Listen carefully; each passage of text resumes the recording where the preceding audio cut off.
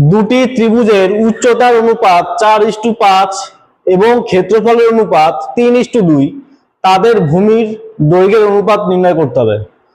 তাহলে ক্ষেত্রফল মানে আমরা কি জানি, হাফ ইন্টু ভূমি ইন্টু উচ্চতা, তাই তো, হাফ ইন্টু ভূমি ইন্টু উচ্চতা।